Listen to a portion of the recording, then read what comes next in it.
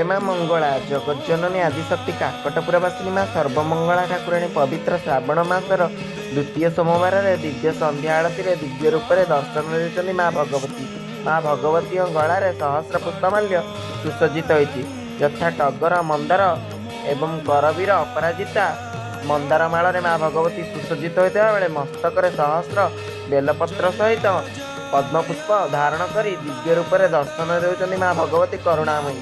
करुणामयी कपाल हलदीर चिता सहित सिंदूर टोपा झलसी उठुची। माँ भगवती गलार सहस्र अलंकार मान सुसज्जित होती यथा रत्नर अलंकार रत्नमाली एवं सुवर्णर चापसरी सुवर्णर अलंकार मान माँ भगवती सुसज्जित होता बेले बैगणी रंगर वस्त्र को धारण करी पादरे माँ भगवती राजराजेश्वरी जगत जननी माँ सर्वमंगला ठाकुराणी बाजणी नुपुरी को धारण करिसेंति। माँ भगवती दिव्य दर्शन करी आपण चक्षु नेत्र को कृतार्थ करंतु। माँ सदा सर्वदा आपण दुख सुख शुभ काम सदा सर्वदा माँ भगवती कल्याण करिव। एतिकी ही मोर मागुणी। जय माँ मंगल।